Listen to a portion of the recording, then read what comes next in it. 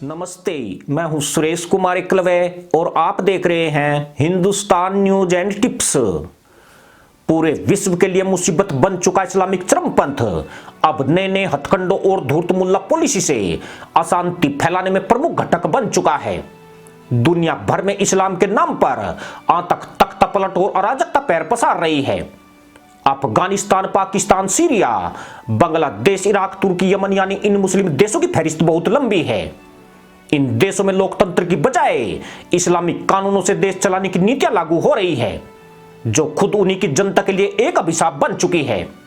मगर इन देशों में मचे उत्पात का प्रभाव उन देशों को झेलना पड़ रहा है जहां लोकतांत्रिक व्यवस्था मौजूद है और जनता आजादी की सांसें ले रही है। मगर इस्लामिक कट्टरपंथ ने उन्हें भी अब अपने दायरे में ले लिया है और इन देशों की शांति का चीरहरण शुरू कर दिया है। जब दुनिया अफगानिस्तान में इस्लाम का विभत्स चेहरा देख रही है, तब पोलैंड का इस्लामिक चरमपंथियों से घिर जाना किसी बड़े खतरे का इशारा करता है।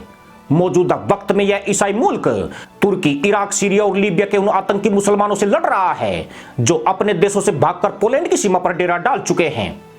इन आतंकियों का मकसद लोकतांत्रिक पोलैंड में घुसकर इसे भी मुस्लिम राष्ट्र बनाना है, जबकि इन मुसलमान आतंकियों को रोकने के लिए पोलैंड ने बेलारूस सीमा पर 15,000 जवानों को तैनात कर दिया है। लेकिन 30,000 से अधिक मुसलमानों को देश में प्रवेश से रोकना उसके लिए टेढ़ी खीर साबित हो रहा है, खासकर तब जबकि रूस और बेलारूस इन मुसलमानों को पीछे से पूरी मदद कर रहे हैं। पोलैंड की यह मुसीबत भारत जैसे लोकतांत्रिक देश के लिए गंभीर सीख है, क्योंकि बांग्लादेश, पाकिस्तान और अफगानिस्तान के मुसलमानों के लिए घुसपैठ का यह सबसे मजबूत ठिकाना है या उनके पनागार बड़ी तादाद में मौजूद है और इस देश में वोट बैंक की राजनीति उनके लिए किसी संजीवनी से कम नहीं है। दुनिया में मुसलमानों की दूसरी सबसे बड़ी आबादी रहती है, यह करीब 1 अरब 60 करोड़ से भी ज्यादा है। पर यहां पर यह भी गौर करने लायक है कि दुनिया भर में 8 करोड़ 10 लाख से ज्यादा शरणार्थी हैं। इनमें से 98% विस्थापित मुसलमान हैं, जिन्हें अलग अलग इस्लामिक देशों में हुए युद्धों के कारण अपने वतन को छोड़ना पड़ा है। भारत में मुसलमान घुसपैठियों के बाद दूसरे नंबर पर 1.5 लाख से ज्यादा तिब्बती शरणार्थी आते हैं। यानी घुसपैठियों की दृष्टि में भारत एक रद्दी का टोकरा है जिसमें कचरा लगातार बढ़ता जा रहा है। चौंकाने वाली बात यह कि 67% शरणार्थी महज 5 मुस्लिम देशों के नागरिक हैं। इनमें Somalia, Syria, Afghanistan, Iraq, Yemen जैसे देश हैं। इसके अलावा दक्षिणी सूडान, लीबिया और म्यांमार में उत्पात मचाकर भागे हुए मुसलमान हैं। आज पोलैंड जिस अराजकता की दहलीज पर खड़ा है, उसने दुनिया के लोकतांत्रिक देशों की नींद उड़ा दी है। नींद इसलिए उड़ाई है क्योंकि कई देशों ने इन शरणार्थी मुसलमानों को एक हथियार के तौर पर इस्तेमाल करना शुरू कर दिया है। भारत जैसे देश के लिए जहां हिंदू लीडर अपनी कौम को गाली नहीं देने से चूकते हैं, वहां पाकिस्तान इस हथियार का इस्तेमाल आसानी से कर सकता है।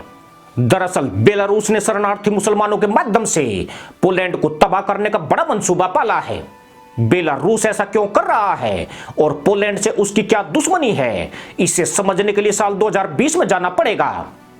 अगस्त 2020 में अलेक्सांदर लुकाशेंको 6वीं बार बेलारूस के राष्ट्रपति बने थे। विपक्ष और पश्चिमी देशों ने उनके चुनाव को फर्जी करार दिया, जिसके बाद बेलारूस के लोकतंत्र समर्थकों ने देश में जोरदार प्रदर्शन शुरू कर दिए। मगर अलेक्सांदर के आदेश पर इन प्रदर्शनों को पुलिस ने जबरदस्ती कुचल दिया। इस दौरान 35,000 से ज्यादा लोगों को गिरफ्तार कर लिया गया, जिसके बाद यूरोपीय संघ और अमेरिका ने बेलारूस पर कठोर प्रतिबंध लगा दिए, जिसके तहत बेलारूस की उड़ानों पर प्रतिबंध समेत उसके कई निर्यातों को पूरी तरह रोक दिया गया। पोलैंड यूरोप का एक महत्वपूर्ण देश है। बेलारूस की सीमा यूक्रेन और पोलैंड से लगती है। इन दोनों ही देशों के साथ रूस का 36 का आंकड़ा चल रहा है, जबकि रूस और बेलारूस के रिश्तों की तुलना अमेरिका और ब्रिटेन की दोस्ती से होती है।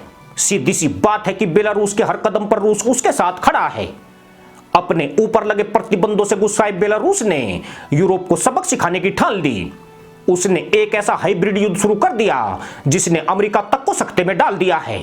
साथ ही अलेक्सांदर ने तुर्की, इराक, सीरिया व अन्य अशांत देशों के हजारों मुसलमान प्रवासियों को लाकर पोलैंड, लिथुआनिया और लातविया से लगती सीमा पर पहुंचा दिया। इन लोगों को बेलारूस सरकार के पर्यटन एजेंसियों ने भारी रकमें लेकर वीजा तक दे दिए, जिसके बाद यह शरणार्थी यूरोप में घुसने के लिए तंबू लगाकर सीमा पर अपना डेरा डाल चुके हैं। इतना ही नहीं, बेलारूस ने इन मुसलमानों को वित्तीय राजनीतिक सहयोग के साथ हथियार भी मुहैया कराए हैं। अब पूरा यूरोप एक गंभीर मुसीबत में फंस गया है। पूरा यूरोप इसलिए कि तमाम यूरोपीय देशों के बीच आवाजाही के लिए विशेष दस्तावेजों की जरूरत नहीं होती है। यानी ये आतंकी मुसलमान अगर एक भी यूरोपियन कंट्री में एंट्री कर गए तो फिर पूरे यूरोप में फैल जाएंगे। पोलैंड भी बेलारूस के जाल में पूरी तरह फंस चुका है।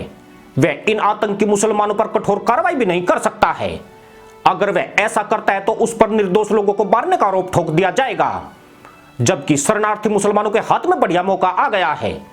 सारा कचरा यूरोपीय देशों की सीमा पर जमा हो रहा है, टेंट लग चुके हैं, खाना बन रहा है और दुनिया के लोकतांत्रिक देशों को तहमद और टोपी उछालकर चिढ़ाया जा रहा है। इसी के साथ अनुमति दोस्तों, जय जवान, जय किसान, जय हिंद, वंदे मातरम।